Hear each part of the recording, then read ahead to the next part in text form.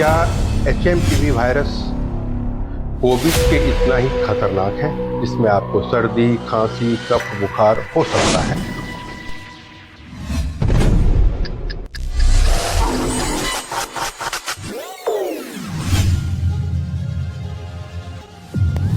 Good morning, मैं हूं doctor धीरज शांडिल्य। आज 9 जनवरी 2025 है। आप में से कुछ लोगों ने कहा है HMPV वायरस के बारे में बताने के लिए।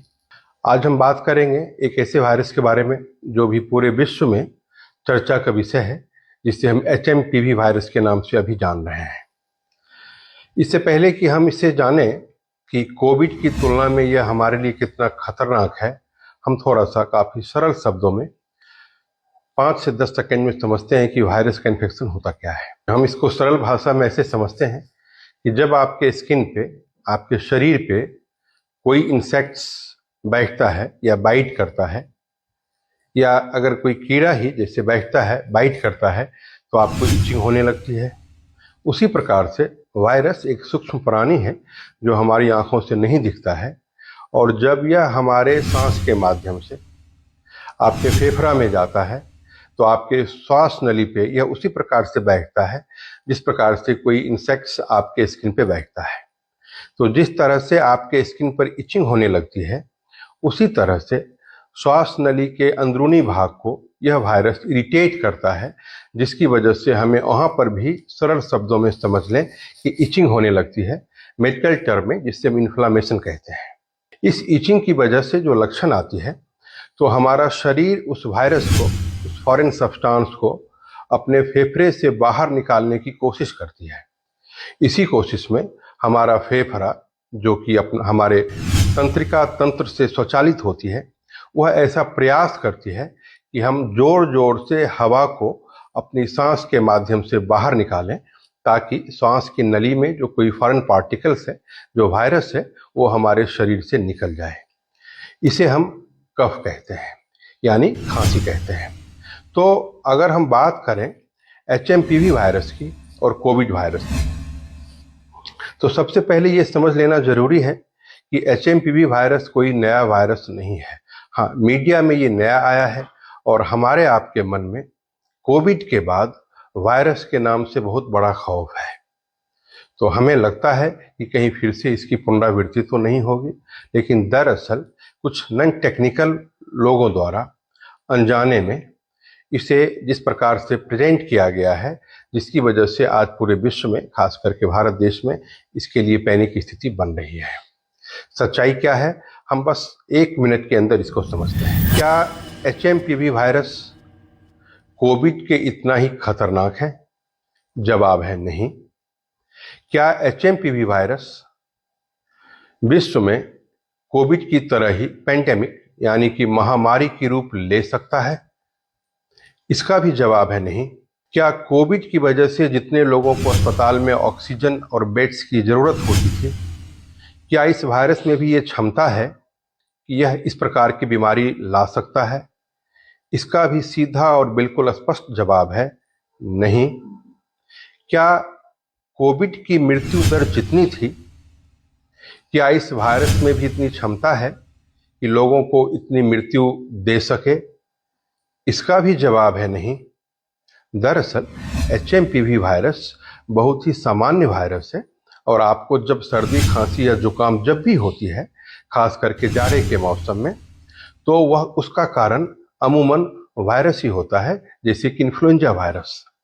तो यह भी एक सामान्य वायरस है जो कि आपके शरीर में जाने के बाद 3 से 5 दिनों में अपना लक्षण प्रकट करता है, और ऐसे व्यक्ति जिनकी की शरीर की इम्यूनिटी काफ़ी कमज़ोर है, इनका कमज़ोर होता है, अगर कोई कीमोथेरेपी पे है, कोई कैंसर के 4th स्टेज से पीड़ित हैं, या कोई काफ़ी छोटा बच्चा है जिसका कि अभी बॉडी की रक्षात्मक प्रणाली, जिसे हम इम्यून सिस्टम कहते हैं, वो पूरी तरह से डेवलप ही नहीं हुई है, तो स्वाभाविक है कि ऐसे लोगों में कोई भी इन्फेक्शन, कोई भी वायरस, चाहे वो HMPV हो या चाहे कोविड हो, उसका असर ज़्यादा होगा।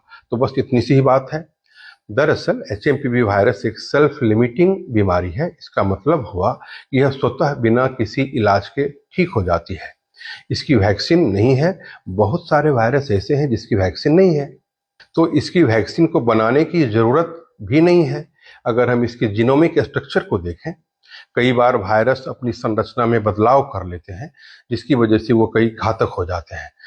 यहाँ पर एक बात समझने की है, यह वायरस 60 साल पुराना है, तो इसे जितने भी पुनरावृत्ति के दौर से गुजरना संभव था, लगभग यह वायरस गुजर रही है।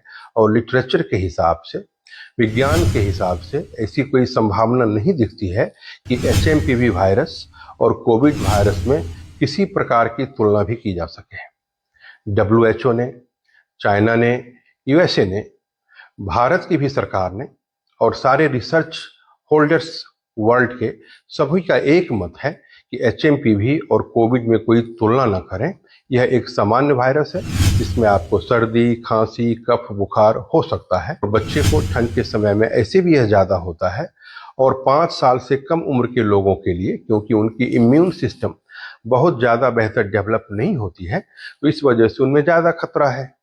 बुजुर्ग लोग जिनकी उम्र 65-70 साल से ज़्यादा है, उनकी शारीरिक रक्षात्मक प्रणाली, इम्यून सिस्टम कमज़ोर रहती है, हो जाती है उम्र के साथ, तो उसमें ये ज़्यादा कॉमन है। अब तीसरी बात है कि मास्क पहने, ड्रॉपलेट्स इन्फेक्शन फैलता है।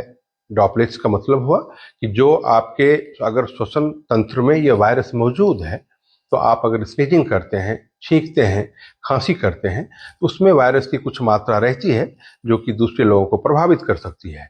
यह सिर्फ HMPV वायरस या कोविड वायरस के लिए ही सही नहीं है, यह किसी भी वायरस के लिए सही है।